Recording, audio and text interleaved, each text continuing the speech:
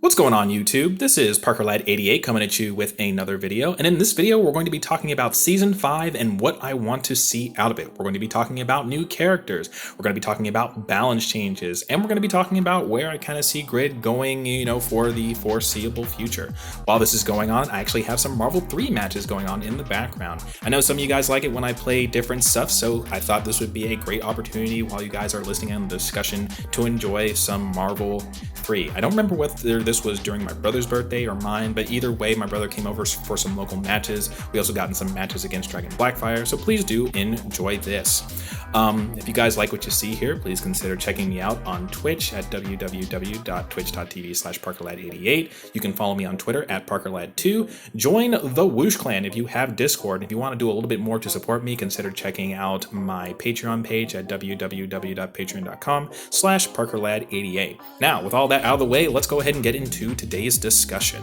So the first thing that I want to talk about is kind of where I see Battle for the Grid going towards the future. So for those of you who do not know, either over the weekend or last week, Enway, who are the developers for Power Rangers Battle for the Grid, put a post out on Twitter saying that they were going to be working with a company called Boring Ape Yacht Club on a play-to-earn like style game centered around NFTs and Yacht Club's currency, which is called cryptocurrency, which is called ApeCoin.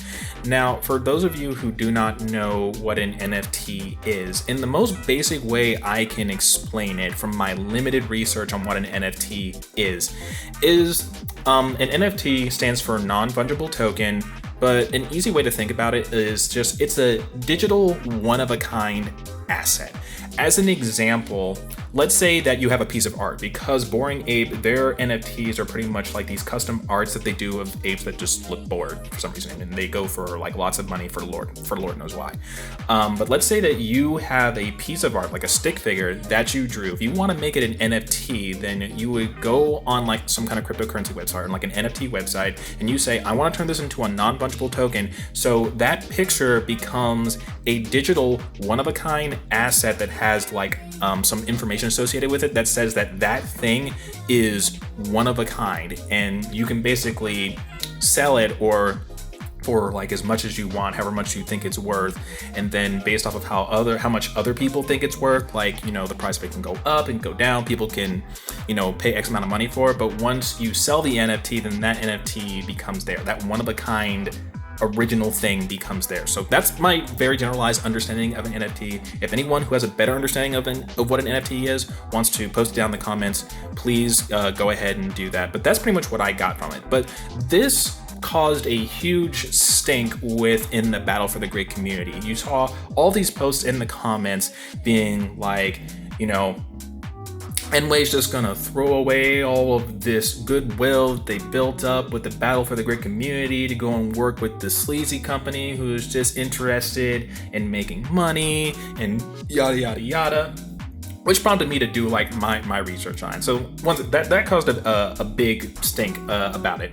Now, a little while after that, over the weekend, the official Battle for the Grid Twitter put out a post that basically attempts to clear up any confusion there was with the stuff going on with Boring Ape Yacht Club. And the Twitter post basically said that two things. Number one, that their Power Ranger projects were separate from this one, and that there are no NFTs coming to Power Rangers. So there are a couple of different takeaways that I took from this. Going back to the original post for that Enway did, okay, they're going to be working on this game. That made me a little bit sad. I don't feel the same way that maybe like a lot of people do, like because they're who are in a big uproar like about it, because I take a lot of things at base value, and this was just a teaser post. Right? We have no idea when this game is coming out, like there were no comments by Enway or anything like that about stopping production on like Battle for the Grid content or other games, like assorted things like that. So I was just like, okay, so this is something that they're going to be working on in the future. Okay, fine. Right? And then I'm looking at Power Rangers post, and I'm taking away two things from that. Number one, they said that the project they're going to be working on, this game with Boring Ape, it's a separate project from their Battle for the Grid projects, which means that they have teams, for different things. So they have teams for Legacy Wars, they have teams for Battle for the Grid, and they are going to have a team for this. Now, naturally, I understand, at least to a very limited degree. I don't claim to understand, to know, video game development and all that kind of stuff particularly well, but I know naturally whenever games are going through different projects, naturally that means shuttling of resources from one thing, like Battle for the Grid, for instance, to this other game, because it's this game can make us a lot of money and so on and so forth. So that's what I was not feeling great about, but it seems like a lot of people in Battle for the Grid are just they just think it's not a good look at all, because they're just Enway just wants to make money and they don't care about our community and so on and so forth, and the game's gonna die and things like that. I'm gonna say a couple of things. The very first thing that I want to say is that even though it would suck if Battle for the Grid in the state that it's in just stopped getting developer support, the community is ultimately what decides whether a game lives or dies. That is why games like Marvel 2 and Smash Bros. Melee have stood the test of time for as long as they have. It's all about the community, and as long as we keep playing the game will never die. But when people stop playing the game, that's when the game is going to die. It would suck if they actually stopped making content for the game at the particular state that it's in, just because of the online infrastructure. When you do get the matches running, the matches run really great and everything like that, but there's still server stability issues where the game's crashing for X, Y, and Z reasons. Even if you restart in training mode too many times, the game crashes. The error glitch is back. So with all these unresolved issues, if Grid did stop right now, I can understand why that would definitely sour a lot of people. But I definitely think that we should kind of just, pump our brakes a little bit with, how we feel about Enway, how we feel about Battle for the Grid, how we feel about Boring Ape or whatever, and just kind of wait for kind of things to come out. Right now, all we know is a teaser post and the fact that Battle for the Grid themselves said that the Power Ranger stuff is separate from this.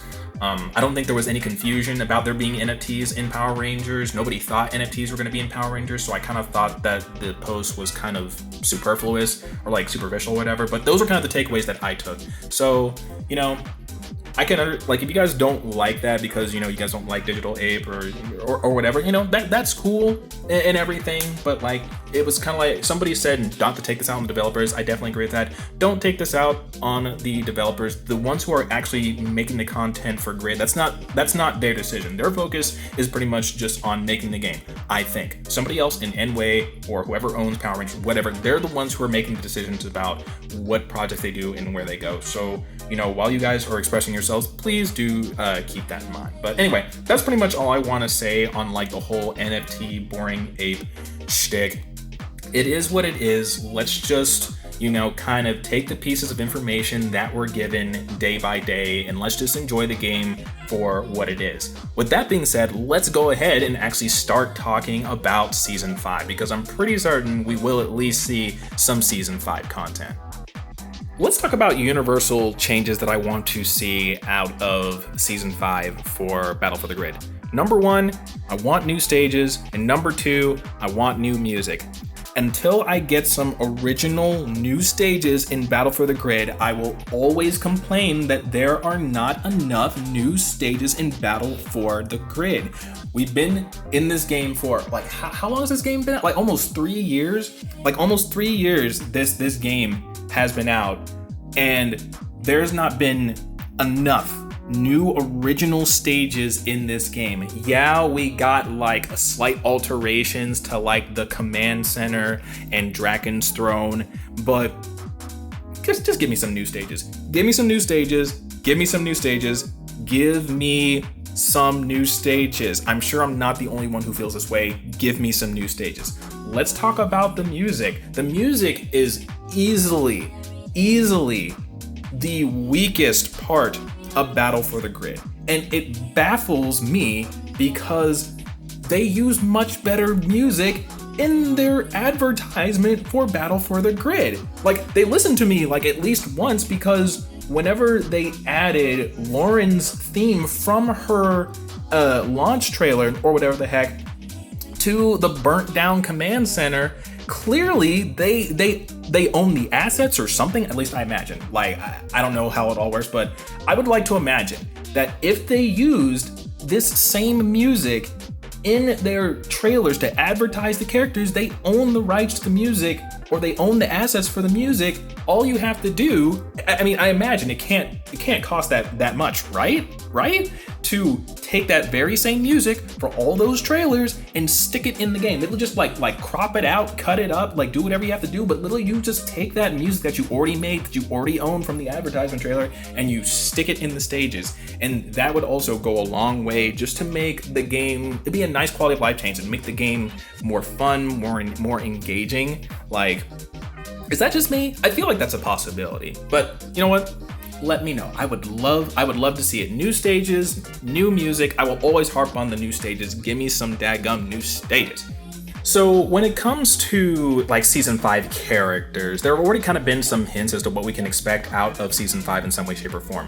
Uchi did a video on this like a long time ago, but I think Power Rangers has been dropping hints like either Twitter or Instagram. I'm not sure. I haven't seen them, but it's heavily hinted that we're supposed to be getting like a Ninja Turtles crossover in season 5 somewhere. For Power Rangers in Space, there was a Ninja Turtles crossover there, so that's kind of where that would come from. But there was like Shredder was like a Green Ranger, and the Turtles, they were Power Rangers as well. So seeing that would be really cool. From that, I would love to see Shredder Ranger. I've seen the designs for Shredder Ranger, and I think they look fantastic. So as like being the big bad, I think that'd be awesome if we got Shredder Ranger. I'm not so interested in getting like the Turtle Rangers, but maybe they could. I've actually never seen what the Power Ranger Ninja Turtles look like, but if they went that route, I kind of hope they go the Leonardo route, what they did in Injustice 2, where the other turtles would come in and they would do moves. They'd be linked to like his special moves or something like that. That's personally what I would love to see, where you could just call in the other turtles that way. I wouldn't want each of the turtles to be like their own individual ranger, but my personal preference would be for the Shredder Ranger if they're going to be doing that. As far as other characters I want to see, I've already gave my shtick about Rancic. If Rancic is in the game and he has Bane gimmicks and he is kind of like a grappler anyway, I want my cut. The other big obvious choice that everybody was expecting to see out of season 4, I called Adam. That was what I wanted for my season 4. I wanted Adam because, like, once again, unique design, more Black Power Rangers. Trent. We didn't get Trent out of season 4. Everyone was expecting to get Trent out of season 4. I think that 5 seasons later, this is like the perfect time to bring Trent in. If Trent doesn't make it into season 5, if he's not one of the characters that they release, then I know a lot of people are going to be kind of disappointed. I would play it either way because Enway's never let me down as far as like, you know, innovative gameplay styles. I'm just happy to see like more characters and more content in the game. But Trent's design just looks so cool. I know so many of you are out there are Dino Thunder fans, that a lot of people would agree that Battle for the Grid is kind of underrepresented as far as like representatives from other very, very liked Power Ranger seasons, like in Space. I know people talk about RPM, Dino Thunder. I think Dino Thunder is one of the most popular, probably next to like In Space or something like that. So this is the time. Bring Trent in, make him play cool. His design is awesome, and give me that black Dino Thunder Tommy skin. I will sell out and be a Tommy main if I get the black Dino Thunder skin. And that's really honestly all I have to say about characters. Not a whole lot. Gonna keep it short and sweet on that one. But let me know who you guys would be interested in seeing. Let me know who you think would be the most likely to make it an end at this point. Like, honestly, I don't know what goes through Enway's heads whenever they decide like what characters they want to put into the game.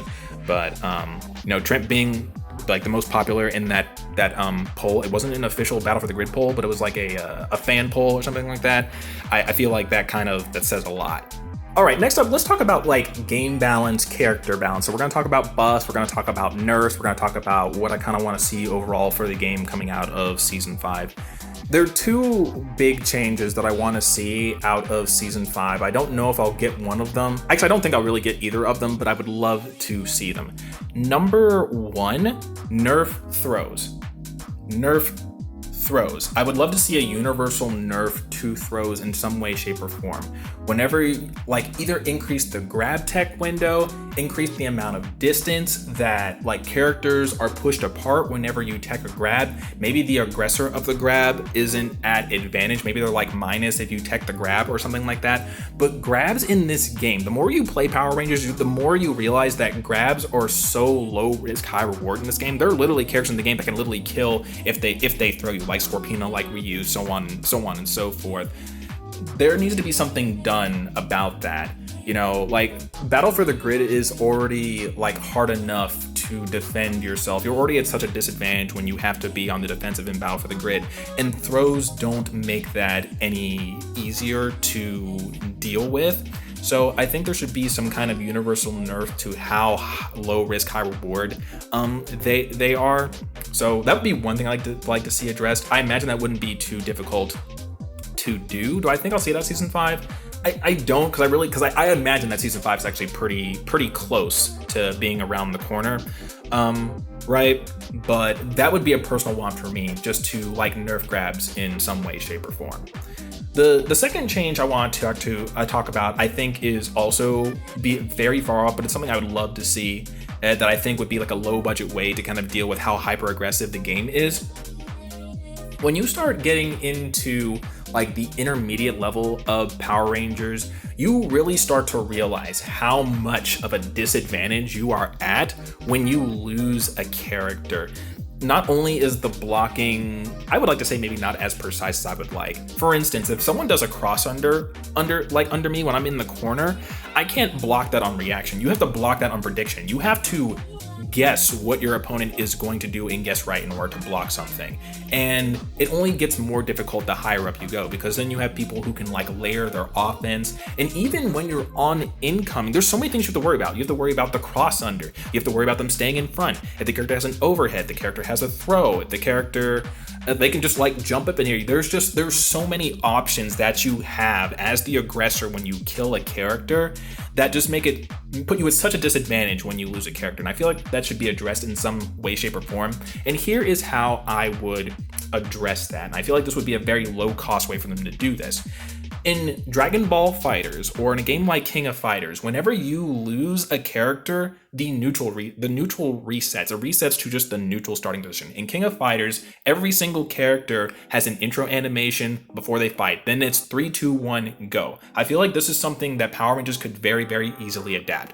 One character dies, everything stops, the screen blacks out, the screen fades back in, the next character up on the side who lost a character does their intro animation, because every character already has one in the game. 3, 2, 1, fight, right? I feel like that would be the easiest way to address how hyper aggressive the game is, because from a casual level, when you decide to jump on ranked or something like that, and you run into somebody who just kills your character in one combo, one of the biggest complaints is this game takes no skill. It's all about just OTKing your one turn touch, of death combos and stuff like that, and I never have a chance to play. And I admit that even there's some days where I'm man, I can't deal with this, with Power Rangers, where it's just I lose a single character and I lose my entire team because I have to just essentially guess for 2 more characters, right? I mean, I'm kind of old school, so I kind of just, deal with it. I kind of find ways around it if I really care that much. But I think this would be a way to help combat that disadvantage that I don't feel would be a particularly big budget thing for the game to do. Let me know what you guys think of that option. I think it would beat them having to put in some kind of counter breaker. I don't know how much money it costs them in order to render new animations or so on and so forth. But this, I feel would just be super low cost. They already have all the assets there, and bare minimum, if you do lose a character, you have at least 2 more chances to actually, do something and try to turn the tables, in addition to having Megazord and all that kind of stuff. So let me know what you guys think about that idea. All right, let's start getting into like the individual character stuff. And the first thing that I'm going to talk about, of course, is the character nerfs. So when we look at characters who we thought that should have got nerfed this season, they're pretty much two characters that are on that chopping block where people are just like, what happened here? And that is, of course, Ninja Adam and Chun-Li. Chun-Li, I think people were a lot more surprised that Chun-Li didn't get nerfed. She actually did get nerfed a smidgen, right? Because you can't do EX bird loops anymore in the corner, or at least it's a lot more difficult, because before you could do EX bird and you can get like a standing medium off of that, and it was so easy to loop, but they adjusted the hit stun from EX bird, so now it's supposed to be more difficult to do that. I mean, people just found different ways in order to still like TOD like with Chun, and that was probably a smaller part of what made Chun so good. The biggest elephants in the room still for Chun are her crouching medium and just everything that that comes from that. The crouching medium is just too good. It controls so much neutral. It's too fast. It goes too far. It leads into her standing heavy, which she can jump cancel and do like a really low air dash like that. And just in combination with everything else Chun can do, it's too much. As far as what they did for her fireballs, I can kind of understand why they did that with her fireballs. For people where Power Rangers is like their first game and they're not used to charge inputs because Ryu and Chun are like so different, decreasing the charge time for Chun's fireballs makes it easier to do. It makes it easier. It's not as alienating if you are like, oh yeah, I've heard of Chun, let me go check her out. Oh, charge inputs? I can't do those, right? So I actually don't disagree with them decreasing the charge time, but what I would probably do is kind of similar to what they did in Street Fighter, where it's like characters are kind of limited to only having one projectile on the screen at one time, and that's something they could do that for both Ryu and Chun, but I feel like Chun is the only one who really needs to have that if they're going to make it that easy, because in combination with just like a decent zoning assist, she becomes like a zoning monster. So now she can do everything. She's got mix, she's got ridiculous rushdown, she's got ridiculous zoning, and you just can't give her like all of those things. But at the end of the day, the crouching medium is the problem. They either need to increase the startup frames, they need to make it like less safe like on block, they need to decrease the range that it goes, they need to make it slower, they need to tackle that in some way to mitigate how oppressive of a button the crouching medium is. So that's the big nerf that Chun needs. Moving on to Adam. What can I say about Adam? The only two things here's the big thing. So obviously his install is super busted because he gains meter while he's in it. So he essentially is the only character, like, well, I mean, other characters have infinites, but in terms of like how easy it is to do infinites, if Adam can build 2 bars, he literally has like the most accessible infinite that there is. Like, you don't have to do plinks or any kind of crazy timing for it or whatever, just because whenever he hits you, he's still building meter, and you can get, and because of how long you stay in the install for, you can get those 2 meters back, and it just becomes an infinite. Granted, you don't really have to. By the time you're done doing your infinite, or sorry, your install mode combo, the character's gonna die, so you don't really need that. But just the fact that he has it, the install it's just too good. It lasts like too long. The things that he can do out of it are just ridiculous. The ease of doing his basic infinite, like, that is something they need to address in some way, shape, or form. I don't know if that's like a specific frame altering thing, or if they just need to super cut down on the time that Adam spends in his install. That's one thing. The other thing they need to do for him, and this is a personal thing for mine, the whiff canceling teleport that he does off a flycatcher, his command list specifically says moves that his target combos. That means that you actually hit somebody. Granted, they're like the special moves, it doesn't tell you can do it from the special moves, but you can do it from the special moves. But it's on hit kind of stuff. But for some reason, for Flycatcher, the only one where you can whiff cancel it and you can just do a teleport. Now, if you do the grounded teleport, it's actually pretty free to punish him from that. The air teleport, I'm actually not so sure how easy that is. But just the fact that he can whiff cancel that, I think is something that needs to change for Adam. All the other stuff that makes him good just is what it is. Like the fact that chicken feed is like an overhead and then his slide is a low means you constantly always have to deal with the 50-50 like on wake up in combination with his stupid damn damage and so on and so forth. Adam just has like too much, but I feel like the things they need to go after are the whiff cancel teleport thing, which is the only move that you can actually do that with, where he can actually teleport. They can change that to only being on hit, kind of like his slide and like his shoulder charge, right? I think they should do that, and they need to find some way to address that install, man, because that install is just way too good. So those are like the main things for those characters. The only other real change that I can make, at least off the top of my head, would be to Jen, and that it's just her missiles.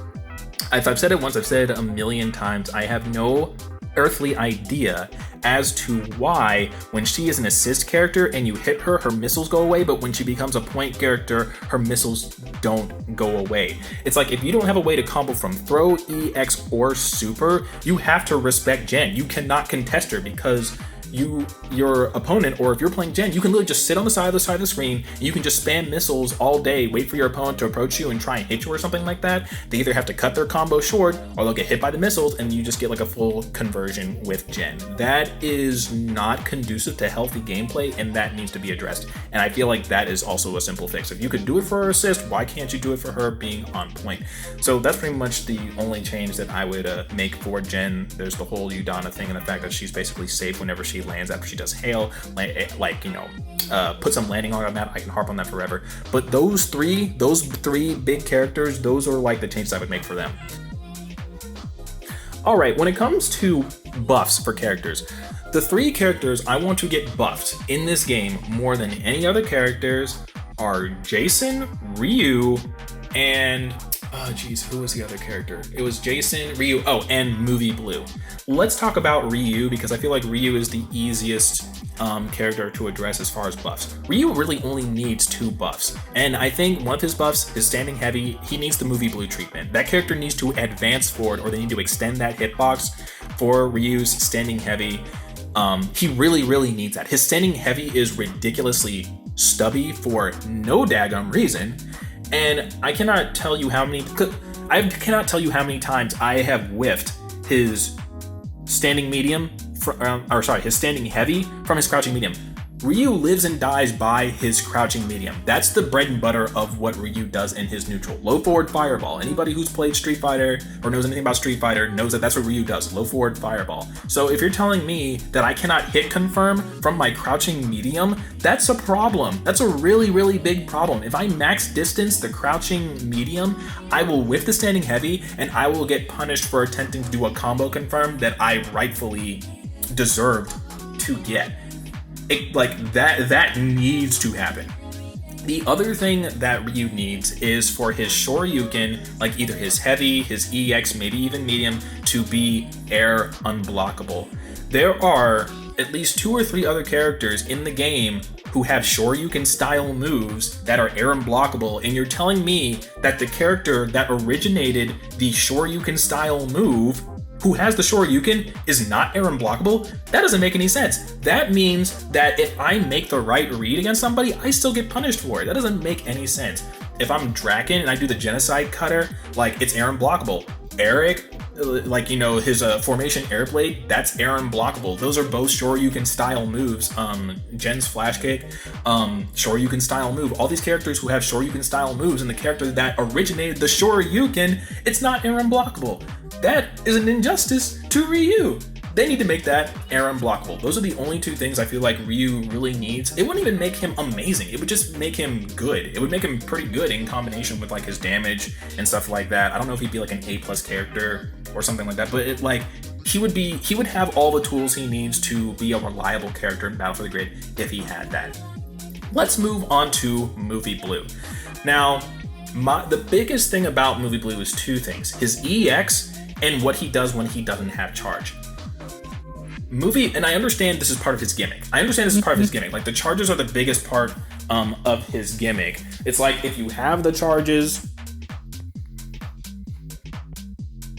I understand that for Movie Blue, like, the charges are his gimmick. Whenever you have charges built, he's supposed to be a better character. He gets access to stronger special moves, more damage, like all that kind of stuff. That being said, in order to be just a functioning standalone character, Movie Blue needs to have an option that he can rely on when he doesn't have charge. There's no reason why when I go in with Movie Blue and I try to press a couple of buttons because I have nothing safe to go into, I just get punished for that. That doesn't feel good, and I don't think it's right.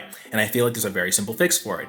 Iron Man Blast needs to be a true mid the entire way through. I think like the first part of Iron Man Blast is a high, so if my opponent is crouch blocking it, like they could just like, you know, do like a crouching button and punish me just for attempting to do like a simple block string. Make it a mid, make it safe. You know, Movie Blue needs to have at least something that he can rely on when he doesn't have charge, when he's in a situation where he wants to put some pressure on the opponent, and I don't think that's so unreasonable. The next thing I would do is change the properties of his EX. I've said this before in my season 4, but Movie Blue's EX is literally just a objectively worse version of RJ's EX, which, I mean, Movie Blue came in the before time, so it's like, I get it. But now we're in the now time, and Movie Blue needs something to help keep up with the other boys and girls.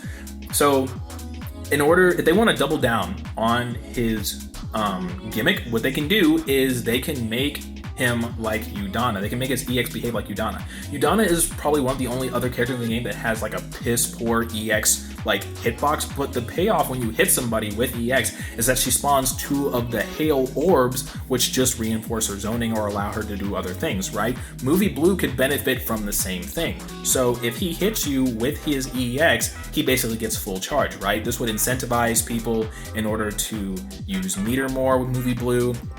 This would incentivize people to, this would also help with his combo ability, right? Because if he has full charge, it allows him to extend combos more from his EX. And if it's too busted, they can just, you know, take it out or whatever. But I think at this point, 5 seasons in, Movie Blue needs a little bit more help. And I think those are the 2 ways to address it. The other thing they could do is make his EX like RJ's in terms of the properties, where Movie Blue has 2 parts, right? So he has 3 hits overall, but if you just tap the EX button, he hits you and it puts you into a crumple state or a stagger state or something, right? And then if you hit the button again, then he'll proceed to do the follow-up. So if he's just by himself, maybe you can do those things in order to get extra damage. So I would say one of those 2 options. I kind of like the first one better just because it kind of plays into his gimmick as opposed to just being a generic combo extender, right? But for Movie Blue, I would consider those things, you know, just make Iron Man Blast a mid, make it safe, and then when he does EX and he hits you with it, let it give you full charge and see what that does to compensate for its piss poor range, because you can't justify Movie Blue not having anything when Udana has something similar to it, and she actually, you know, benefits off it in a different way by getting those 2 spinny, you know, orby things. Let's talk about Jason now. So Jason arguably probably needs more buffs than both Movie Blue and Ryu on paper, because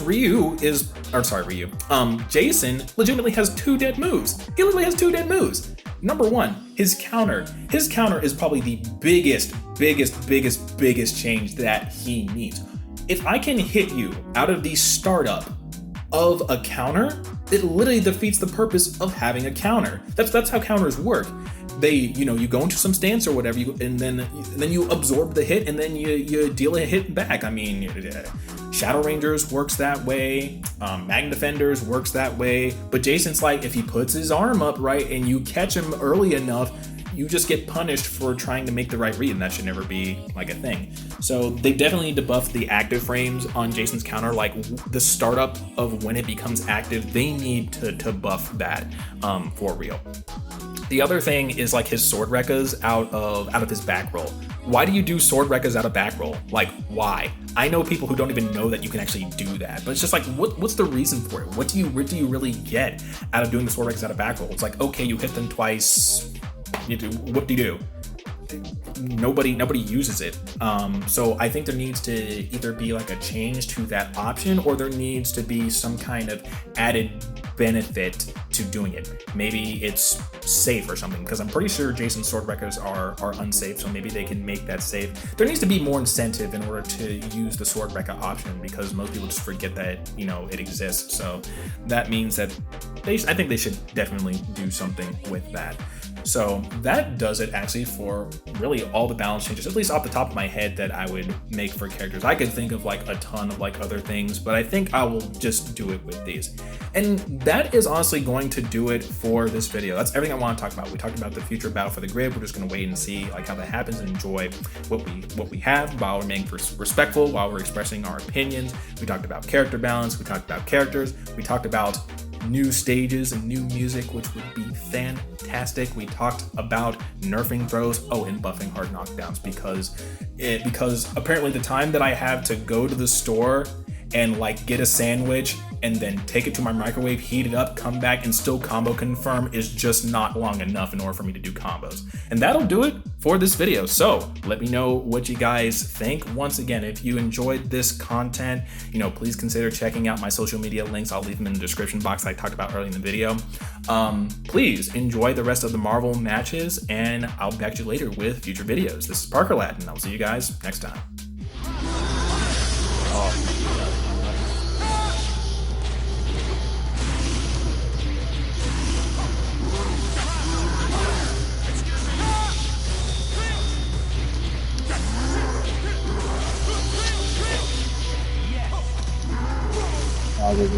Yo, you trying to figure out how to up 3?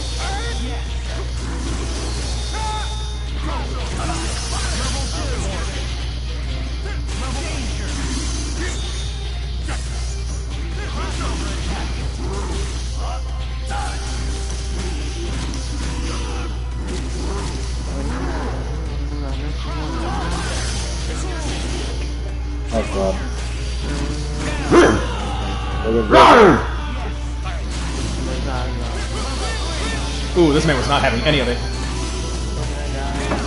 Alright, Iron Fist, let's do things with iron.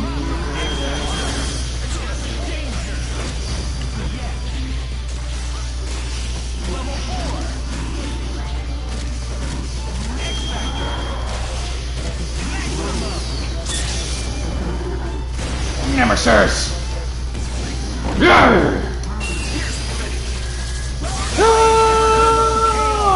I don't know how you even do that with this game again. I don't know how you switch out with the characters. Oh, like you mean just do the VACs? Yeah, I don't remember how to do it.